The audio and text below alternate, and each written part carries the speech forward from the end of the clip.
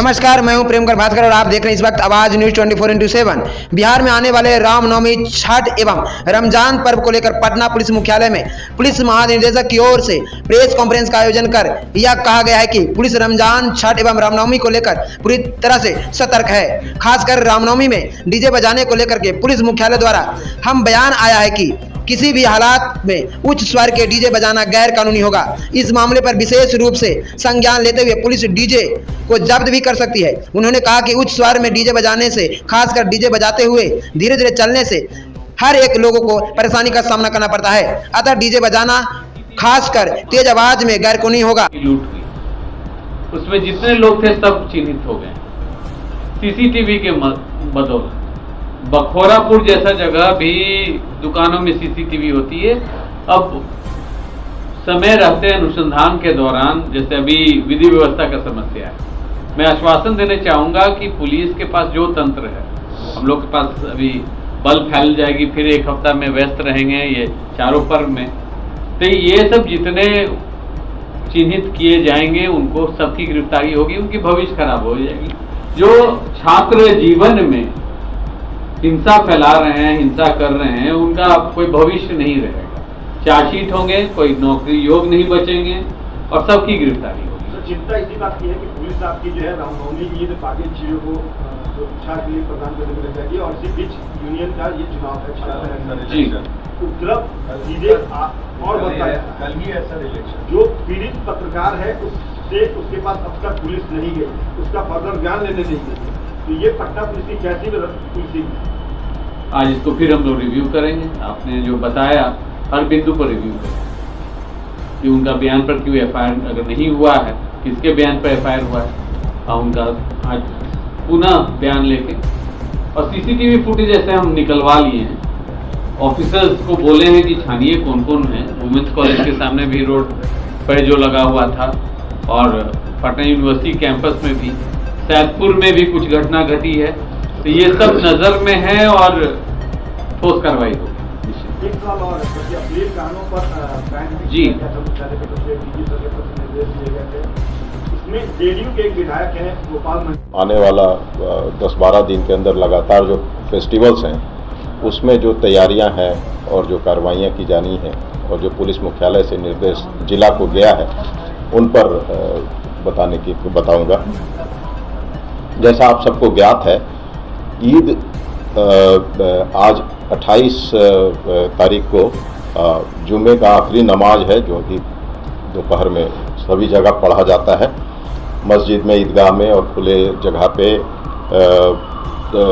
आज दोपहर में भी ये संपन्न होगा और फिर ईद जो है मुख्य रूप से वो संभावित है 31 तारीख को। तो इन दिनों जहाँ जहाँ काफ़ी संख्या में मेला वगैरह भी लगता है, उन सभी जगह डिप्लॉयमेंट और उस पर निगरानी का निर्देश है सभी जिला को। फिर चैती छठ भी पड़ेगा 1 अप्रैल से 4 अप्रैल।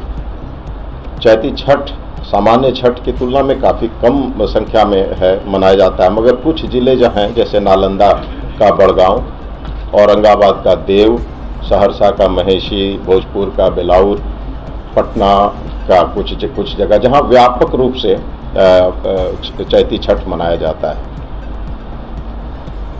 फिर चैती नवरात्रा प्रारंभ हो रहा है 30 तारीख से और ये इसका जो दशमी है वो 7/4 को रहेगा।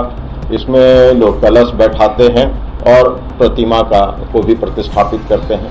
तो ये सब जो है सब पर विधि व्यवस्था के दृष्टिकोण से निगरानी और जो बल की प्रतिनियुक्ति आदि होनी है, क्योंकि इसमें जो प्रतिमा वगैरह जो विसर्जन करते हैं वो दशमी के बाद भी 1-2 दिन तक चलता है, तो उस पर विशेष सतर्कता बरतने की आवश्यकता होती है। और रामनवमी जो है वो 6 अप्रैल को रामनवमी मनाया जाएगा।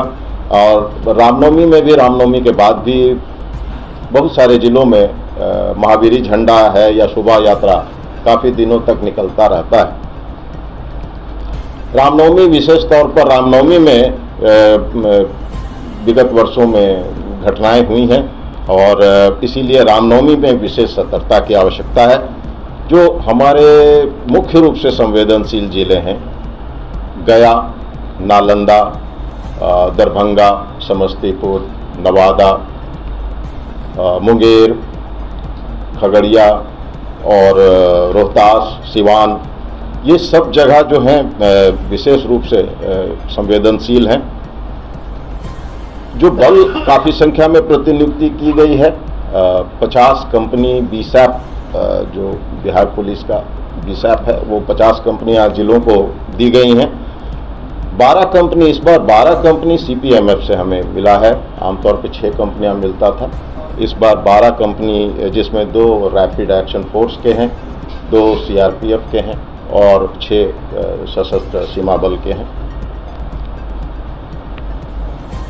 जो हम लोग के जो पुलिसकर्मी PTC का प्रशिक्षण कर रहे हैं, उन्हें भी कॉल अप किया गया है। करीब 3,500 ऐसे PTC प्रशिक्षणार्थी जो हैं, उनको भी विधि व्यवस्था में जिलों में लगाया गया है।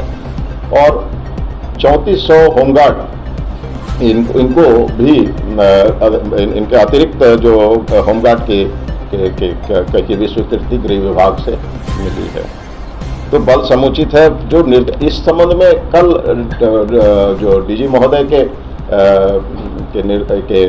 अगुवाई में एक मीटिंग हुआ था सभी जिलों के SP और रेंज के IG DIG के साथ, उसमें DG साहब ने बहुत